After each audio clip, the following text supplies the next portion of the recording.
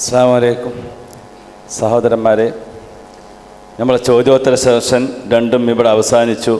ഇനി അവസാനത്തെ കൺക്ലൂഷനാണ്. അതിൻ്റെ ആദ്യാവസരം നറുക്കെടുപ്പിലൂടെയാണ് നമ്മളിവിടെ വ്യവസ്ഥ പ്രകാരം എഴുതിയിട്ടുള്ളത്. ആ നറുക്കെടുപ്പിൽ കിട്ടുന്ന ആളുകൾ ആദ്യം ഒരു 5 മിനിറ്റ് ഇടവേളയ്ക്ക് ശേഷം 5 മിനിറ്റ് നറുക്കെടുപ്പ് തന്നെ നടത്തുന്നുണ്ട്. നറുക്കെടുപ്പ് കഴിഞ്ഞിട്ട് ഒരു 5 മിനിറ്റ് കഴിഞ്ഞിട്ട് ഇൻഷാ അല്ലാഹ് അത് എടുത്തിട്ട് നമ്മൾക്ക് കാര്യങ്ങൾ വിശദീകരിച്ച് 2 കൂട്ടരും 10 മിനിറ്റ് കൺക്ലൂഷൻ നടത്തി നമുക്ക് പിരിയാവുന്നതാണ്. അസ്സലാമു അലൈക്കും വറഹ്മത്തുള്ളാഹി.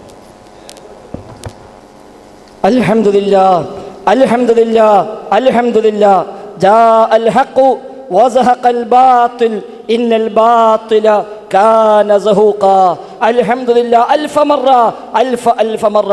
ഇവിടെ ഇതാ രാവിലെ മുതൽ നാം തുടങ്ങി വെച്ച ഈ ചർച്ചയിൽ വളരെ കൃത്യമായി എന്താണ് പ്രമാണം പഠിപ്പിക്കുന്നത്, ആരാണ് പ്രമാണത്തിൻ്റെ കൂടെ, ആരാണ് പ്രമാണിമാരുടെ കൂടെ എന്ന് വളരെ വ്യക്തമായി ഏതൊരാൾക്കും ബോധ്യമാകാവുന്ന തരത്തിൽ ഇവിടെ തെളിഞ്ഞിരിക്കുകയാണ്. ഈ CD കാണുന്ന ഏതൊരാൾക്കും ഇൻഷാ അല്ലാഹ് ഈ വിഷയമായി ഇനി സംശയമില്ലാത്ത വിധം കൃത്യമായി കാര്യങ്ങൾ ബോധ്യമായി കഴിഞ്ഞു. നമുക്കറിയാം, ഇന്ന് രാവിലെ തുടങ്ങി ഇതുവരെയും തുടർന്ന് വന്ന ഈ സംസാരം മുഴുവൻ ശ്രദ്ധിച്ചാൽ നമുക്കറിയാം, അല്ലാഹുവും റസൂലും പഠിപ്പിച്ച ഇസ്ലാമിൻ്റെ അടിസ്ഥാന പ്രമാണങ്ങളെപ്പോലും ചവിട്ടിത്തള്ളി അതിനെപ്പോലും പരിഹസിച്ചുകൊണ്ടാണ് ഇവിടെ എൻ്റെ മറുഭാഗത്തുള്ള അബ്ദുൽ നാസർ സുല്ലമി കടന്നുപോയത്. നാം കേട്ടതാണ് ആയത്തുൽ കുർസിയെ പോലും പരിഹസിച്ചത്. അല്ലാഹുവിൻ്റെ റസൂല് ആയത്തുൽ കുർസി ഓതാൻ പറഞ്ഞത് ജിന്ന് കേറോ എന്ന പേടി കൊണ്ടല്ല എന്ന് പറഞ്ഞ് പരിഹാസ വാക്കുകൾ ഉദ്ധരിച്ചു. ഏറ്റവും ചുരുങ്ങിയ പക്ഷം ആയത്തുൽ കുർസിയിന് അമാനി മൗലവി നൽകിയ വിശദീകരണമെങ്കിലും ഒന്ന് വായിച്ചു നോക്കിയിരുന്നുവെങ്കിൽ അദ്ദേഹം അത് പറയുമായിരുന്നില്ല എന്ന് മാത്രമാണ് എനിക്ക് സൂചിപ്പിക്കാനുള്ളത്. ജിന്നിൽ നിന്ന് ശൈത്താനിൽ നിന്ന് കാവല് കിട്ടാൻ വേണ്ടി തന്നെയാണ് അല്ലാഹുവിന്റെ റസൂല് അത് ചൊല്ലാനും ഓതാനുമെല്ലാം നമ്മോട് പഠിപ്പിച്ചത് എന്ന കാര്യത്തിൽ തർക്കമില്ല. ഏതായിരുന്നാലും 2004 മണ്ണാർക്കാട് സംവാദത്തിൽ അലവി സുലൈമാൻ സഖാഫിമാരുടെ സമതയത്വവാദം പൊളിഞ്ഞ് പാപ്പരായതുപോലെ ഇതാ ഇവിടെ അബ്ദുൽ നാസർ സുല്ലമിയുടെ മടവൂഴ്സത്തിൽ നിന്ന് കടമെടുത്ത സബബ് എന്ന ഈ ചീട്ട് കൊട്ടാരമില പൊളിഞ്ഞ് പാപ്പരായി കഴിഞ്ഞിരിക്കുന്നു. ഇനി നമുക്ക് പ്രതീക്ഷിക്കാം കേരള മണ്ണിലേക്ക് ഈ സബബും പറഞ്ഞുകൊണ്ട് ആദിയായ സബബ് എന്ന പേരും പറഞ്ഞുകൊണ്ട് ഇനി അയാൾ ഇറങ്ങില്ല എന്ന് നമുക്കിവിടെ ബോധ്യമാകുകയാണ്. ഒരിക്കലും ഇനി അത് പറയാൻ ധാർമ്മികമായ അവകാശമില്ലാത്ത വിധം അതെല്ലാം പൊളിഞ്ഞു പാപ്പരായി കഴിഞ്ഞു. മാത്രവുമല്ല, അദ്ദേഹം ഇങ്ങോട്ട് ചോദിച്ച 5 ചോദ്യങ്ങളും കൃത്യമായി ഒന്നാമത്തെ തവണയിൽ തന്നെ ആ ചോദ്യത്തിന് നേരെ മറുപടി നൽകിയല്ലോ. ഓരോ തവണയും ആയത്തുണ്ടോ ചോദിച്ചു, അതേ ആയത്ത് കൊടുത്തു. സ്വഹാബി വിശദീകരിച്ചു ചോദിച്ചു, അതേ സ്വഹാബിയെ പറഞ്ഞു. തഫ്സീർ ഉണ്ടോ ചോദിച്ചു, തഫ്സീർ ഉണ്ടെന്ന് പറഞ്ഞു. വായിച്ചു കേൾപ്പിച്ചു കൊടുത്തു, വേണമെങ്കിൽ തരാമെന്ന് പറഞ്ഞു. ഒന്ന് വാങ്ങി നോക്കാൻ പോലും അദ്ദേഹത്തിന് സാധിച്ചില്ല, സാധിക്കുകയുമില്ല. സംശയം നമുക്കില്ല.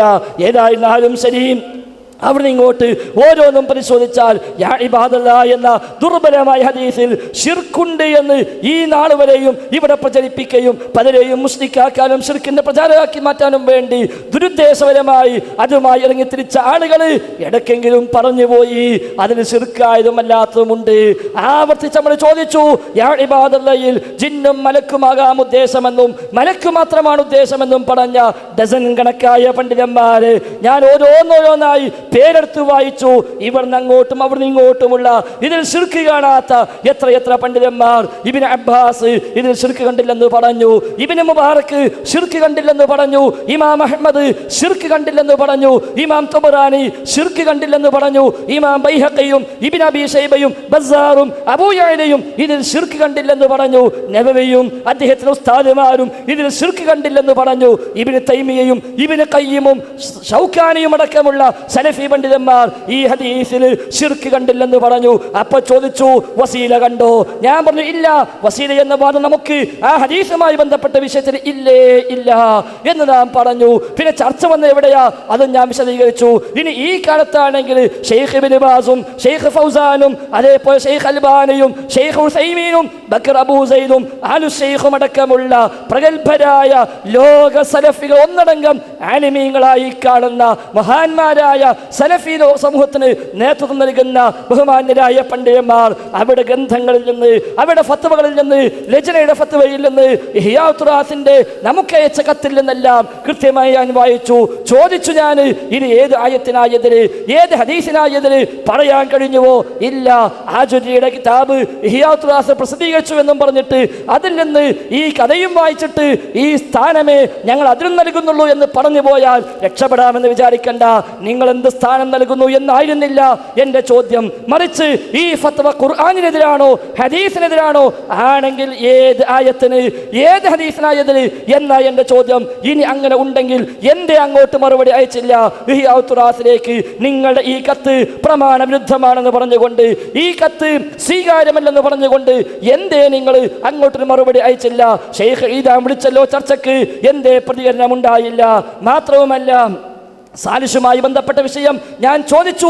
റുഖിയയുടെ വിഷയത്തിൽ ശിർക്കായതുമുണ്ട്, വസീലയായതുമുണ്ട് എന്ന് കഴിഞ്ഞ സംവാദത്തിൽ നിങ്ങളെ സഹയാത്രികനായ സാലിഷ് പള്ളി പറഞ്ഞിരുന്നു. നിങ്ങൾക്ക് എന്തു പറയാനുണ്ട് എന്ന് ഞാൻ ചോദിച്ചിട്ട് അദ്ദേഹം ആ ചോദ്യം കേട്ടതുപോലുമില്ല, ആ ചോദ്യം പരിഗണിച്ചത് പോലുമില്ല.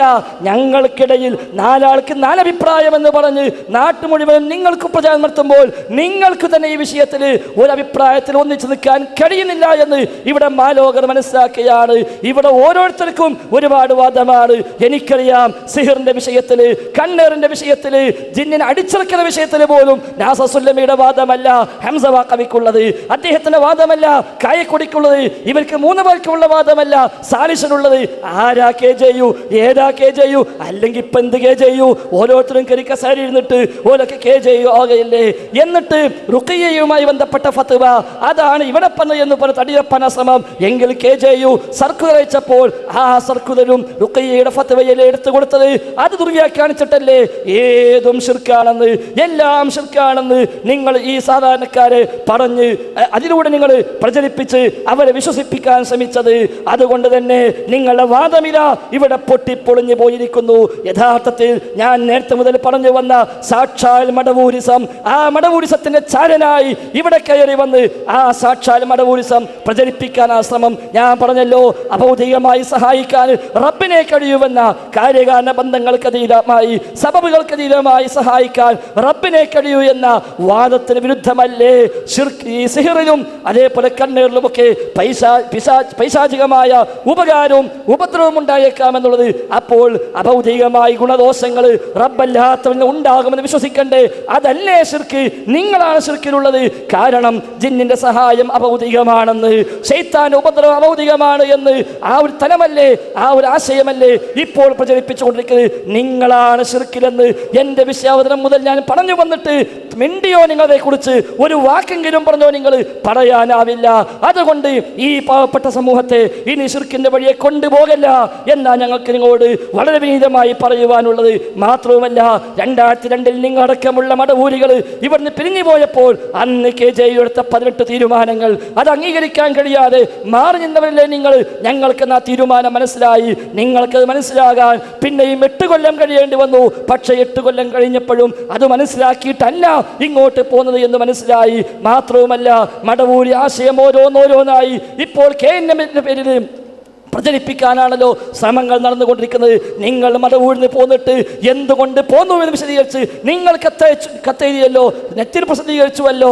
ആ രേഖ ഈ പറഞ്ഞത് എന്താ? ബൈക്ക് ഫത്വ അതൊരു പ്രശ്നമാണ്. സലാം സുല്ലമിയുടെ ബൈക്ക് ഫത്വ സ്ത്രീകളുമായി ബന്ധപ്പെട്ട വിഷയം അതൊരു പ്രശ്നമാണെന്നാ. പക്ഷെ നിങ്ങൾ കയറിയപ്പോൾ ഇതാ വിചിന്തനത്തിൽ പോലും അന്യ സ്ത്രീയുടെ ഔടത്തടക്കം കാണുന്ന ഫോട്ടോകൾ ഏറ്റവും പുതിയ വിചിന്തനത്തിൽ നമ്മൾ കാണുകയാണ്. അതെ, ഇതൊരു മടവൂരിസം തന്നെയാണ്. മാത്രവുമല്ല, സംഗീതത്തിന്റെ പ്രശ്നം നിങ്ങൾ പറഞ്ഞു. ആ കത്തില് ഇവിടെ ഇപ്പൊ എന്തുണ്ടായി? മീഡിയ വൺ എന്ന് പറയുന്ന ജമാഅത്തെ ഇസ്ലാമിക്കാരന്റെ തോന്നിവാസം പ്രചരിപ്പിക്കാൻ ചാനലിന് KNMന്റെ ഔദ്യോഗികമായ പിന്തുണ പ്രഖ്യാപിപ്പിക്കാൻ ചാനലായി കടന്നു വന്ന താങ്കൾക്ക് സാധിച്ചുവെന്നാണ് ഞാൻ മനസ്സിലാക്കുന്നത്. അവസാനം വിചിന്തനത്തിൽ എഴുതി. എന്താ എഴുതിയത്? ഈ മടവൂരിയോട് ഐക്യാഹ്വാനം പോലും പ്രഖ്യാപിച്ചു. ആർക്ക് മുമ്പിലും നേതൃത്വം വാതിലുകൾ കൊട്ടിയടച്ചിട്ടില്ല. അത് മുജാഹിദ് പ്രസ്ഥാനത്തിന്റെ ശൈലിയുമല്ല.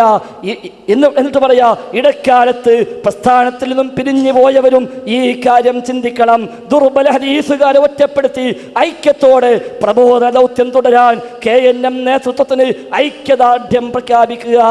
അതെ, മടവൂരിനോട് ഐക്യദാർഢ്യം പ്രഖ്യാപിച്ചു. ഇത് സമ്മതിക്കാനാവില്ല എന്ന് ഞങ്ങൾ പറഞ്ഞു. എനിക്ക് ഏറ്റവും വലിയ വിഷമം ബഹുമാനനായ ഹനീഫ് കായക്കൊടി അടക്കം ഈ മടവൂരി പ്രചരിപ്പിക്കാനുള്ള ഈ വേദിയിൽ ഒരു കിതാബ് എടുത്ത് കൊടുക്കാൻ വേണ്ടി എന്ന് പറഞ്ഞിട്ട് വരുന്ന ഗതികേട് ഹനീഫ് കാ, നിങ്ങൾക്കത് ഉണ്ടാകാൻ പാടില്ലായിരുന്നു. അത് സഹിക്കാവതല്ല.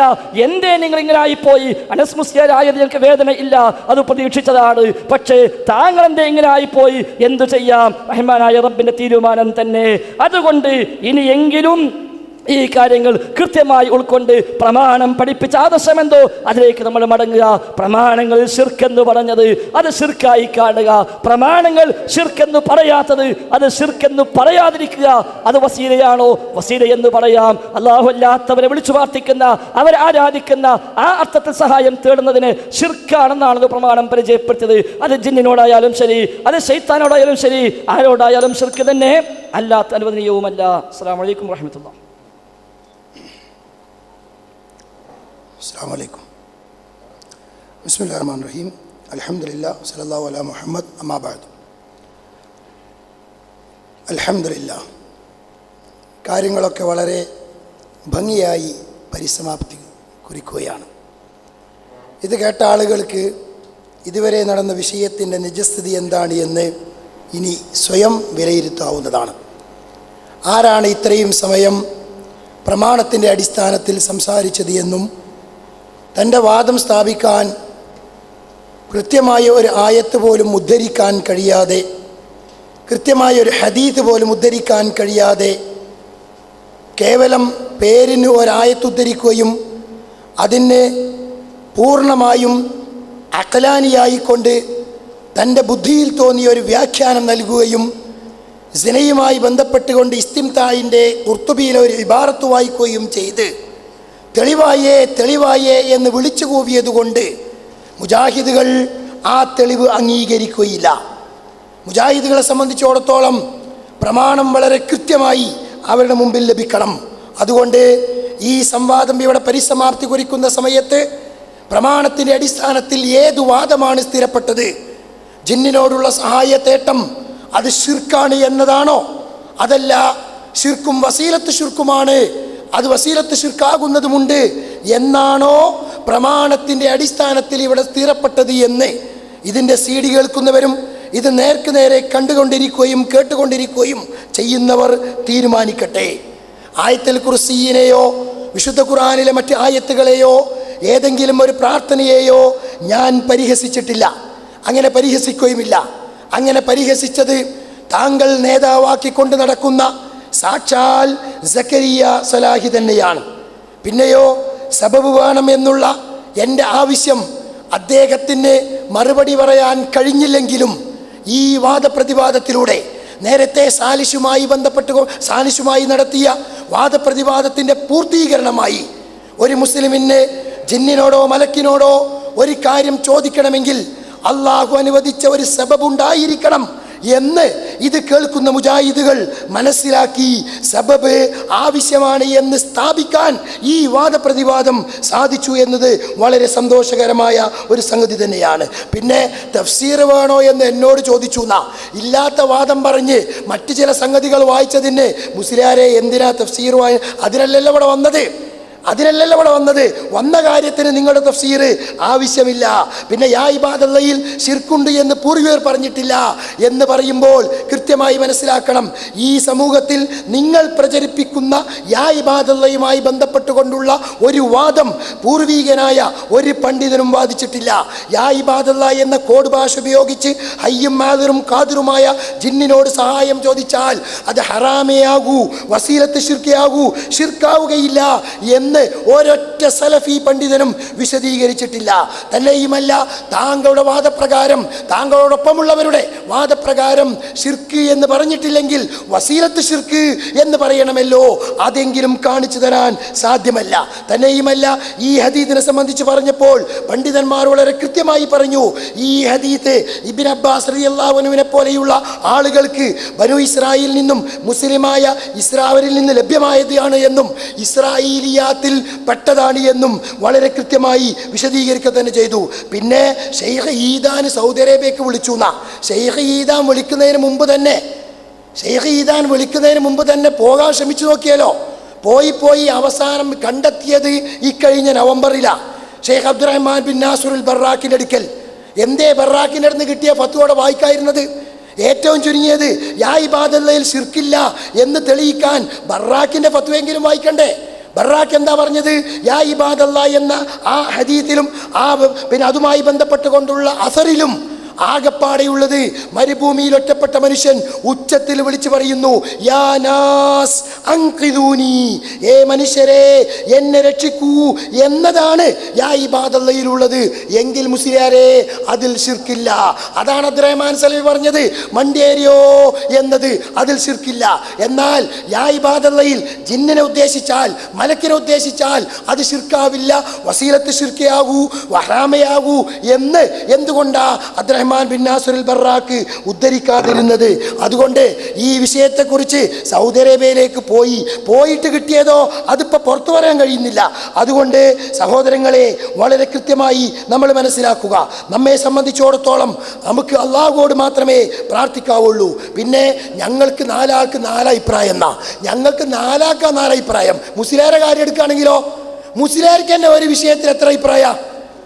പുഴയിൽ വീണ അക്ലാനികൾ എന്ന സീഡിയിൽ കരീം സുല്ലമിന്റെ ചോദ്യത്തിന് റഖീബിനും അതീദിനും ദുആ കേൾക്കാൻ കഴിയൂല, ഒച്ച കേൾക്കാം, സംസാരം കേൾക്കാം.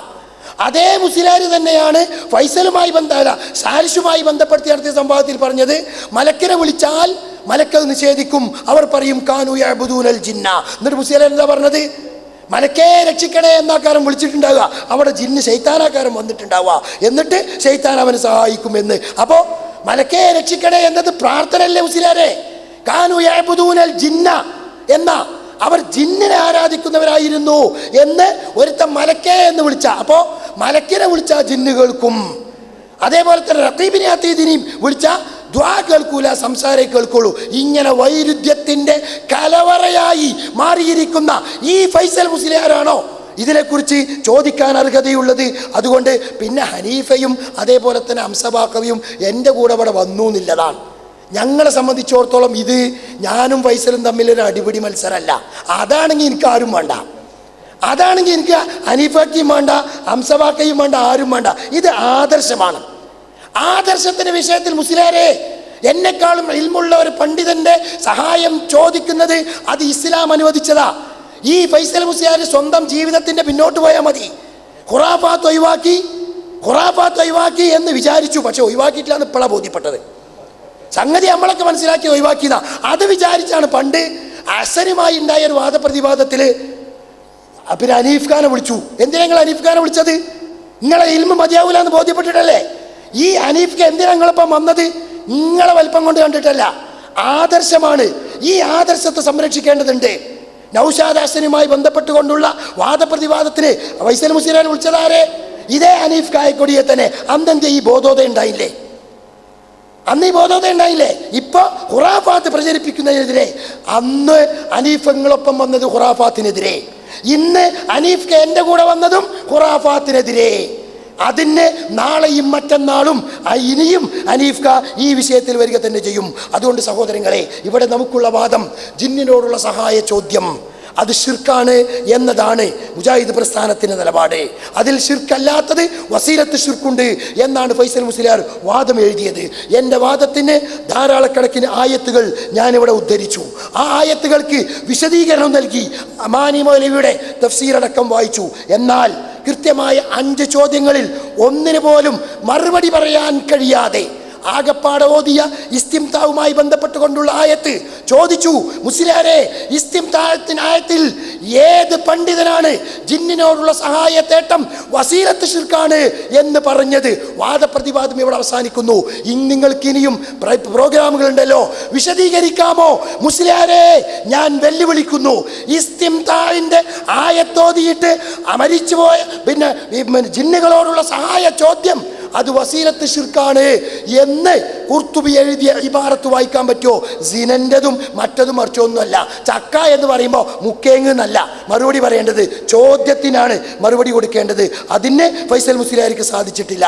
പിന്നെ സൗദി അറേബ്യയിലെ KJUവിൻ്റെയും അതേപോലെ തന്നെ കുവൈത്തിലെ KJUവിൻ്റെയും ഫത്വ വായിച്ചത്. ആ ഫത്വക്കുള്ള മറുപടിയാണ് തന്നത്. ഫത്വ അല്ല മുജാഹിദ് പ്രസ്ഥാനം സ്വീകരിക്കുക. ആ ഫത്വ ഏത് പ്രമാണത്തിൻ്റെ അടിസ്ഥാനത്തിലാണ് പറഞ്ഞിരിക്കുന്നത് എന്ന് നോക്കിയിട്ടാണ്. പിന്നെ ആകെപ്പാടുള്ളത് മുഖ്ബിലിൽ, പിന്നെ ഷെയ്ഖ് മുഖ്ബിലിൻ്റെ ആയത്ത് ഉദ്ധരിച്ചതിനെ കുറിച്ചാണ് മുസ്ലിയാർക്ക് വല്ലാതെ പൊള്ളി. ഇനി ഏൽപ്പിച്ച ആൾ ഒരു ജിന്നിനെ. കാരണം മുഖ്ബിലിൽ വാദി മരിച്ചെങ്കിലും കരീൻ ഇവിടെ ഉണ്ടാവുന്നാണല്ലോ, കരീൻ ഇവിടെ ഉണ്ടാവുമല്ലോ. അപ്പൊ സക്കരിയ സ്വലാഹിയോ അല്ലെങ്കിൽ ഫൈസൽ മുസ്ലിയാരോ സ്വന്തം കരീനിനോട് പറയാ, അല്ല മുഖ്ബിലുൽ വാദി ഈ ആയത്ത് ഉദ്ധരിച്ചത് അതിൽ ജിന്നും മലക്കിനെ ഉദ്ദേശിച്ച് തന്നെയാണോ എന്ന് ചോദിക്കേണ്ടി വരും. ഞങ്ങളെ സംബന്ധിച്ചിടത്തോളം ഒരു കിതാബ് ഒരു പണ്ഡിതൻ ഉദ്ധരിക്കുന്നത് ആ പണ്ഡിതന്റെ വാദം അദ്ദേഹത്തിനുള്ളത് കൊണ്ടാണ്, അത് സ്ഥാപിക്കാൻ വേണ്ടിയാണ്. അങ്ങനെയാണ് NV സാലിം ഉദ്ധരിച്ചത്. അതല്ലെങ്കിൽ NV സാലിം പറയണം ഈ ആയത്തിൽ ജിന്നും മലക്കും പെടുകയില്ല, ഇത് ഷെയ്ഖ് മുഖ്ബിൽ പറഞ്ഞത് ഖുർആൻ ദുർവ്യാഖ്യാനമാണ്, അത് സ്വീകരിക്കാൻ പാടില്ല. ഇനി എൻ്റെ ഫൈസൽ മുസ്ലിയാരോട് എനിക്ക് വളരെ കൃത്യമായൊരു അപേക്ഷ ഉണ്ട്. ഷെയ്ഖ് മുഖ്ബിൽ അദ്ദേഹത്തിൻ്റെ ഫത്വ 223 ഫത്വയാണ്. ഹൽ യജൂസു തആവനു വൽ ഇസ്തിഗാസതു ബിൽ ജിന്നിൽ മുസ്ലിമീന ഫീമാ യഖ്ദിറൂന അലൈഹി. ആ ചോദ്യത്തിന് ഉത്തരം പറഞ്ഞത്. ഇതിൻ്റെ കൂടെ ഇനി ജിന്നിൻ്റെ വിവാഹം ചെയ്യാൻ പാടുണ്ടോ എന്നുകൂടി ഉണ്ട്, അതും കൂടി ഉപയോഗപ്പെടുത്താം.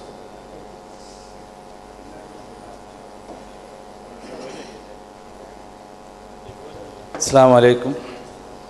ബഹുമാന്യരായ പണ്ഡിതന്മാരെ, നാട്ടുകാരെ, നമ്മുടെ പരിപാടിയോടെ അവസാനിക്കുകയാണ്. ഇനി ഇതുമായി ബന്ധപ്പെട്ട് ആളുകൾ ആരെങ്കിലും വരെ നന്ദി എന്തെങ്കിലും പറയാനുണ്ടെങ്കിൽ അത് പറഞ്ഞ് നമുക്ക് പിരിച്ചുവിടാവുന്നതാണ്. ഈ കോഴിച്ചന യൂണിറ്റിൽപ്പെട്ട ആരെങ്കിലും ഉണ്ടെങ്കിൽ അതുമായി ബന്ധപ്പെട്ട് ഉണ്ടെങ്കിൽ നന്ദി പറഞ്ഞ് നമുക്ക് ഇൻഷാ അല്ലാഹ് വളരെ ഭംഗിയായി ഇതോടെ അവസാനിച്ചു കഴിഞ്ഞു. ഇനി കാര്യങ്ങളൊക്കെ വിലയിരുത്തേണ്ടത് കേട്ടവരും മറ്റുള്ളവരുമാണ്.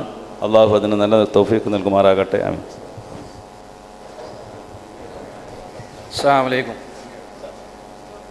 ഇവിടെ ഈ സംവാദം സംഘടിപ്പിച്ച കോഴിച്ചൈനയിലെ KNM യൂണിറ്റിലെ പ്രവർത്തകർക്കും അത് നല്ല രീതിയിൽ അവസാനം വരെ വീക്ഷിക്കുകയും നല്ല രീതിയിൽ പ്രവർത്തിക്കുകയും ചെയ്ത എല്ലാ പ്രവർത്തകർക്കും ഒരിക്കൽ കൂടി നന്ദി രേഖപ്പെടുത്തുകയാണ്. അതുപോലെ തന്നെ ഈ സംവാദം ഇവിടെ ഈ വിഷയം അവതരിപ്പിച്ച ഫൈസൽ മുസ്ലിയാർക്കും നാസർ സുല്ലമിക്കും അവരോടൊപ്പമുള്ള സഹ പണ്ഡിതന്മാർക്കും ഒരിക്കൽ കൂടി നന്ദി രേഖപ്പെടുത്തുകയാണ്.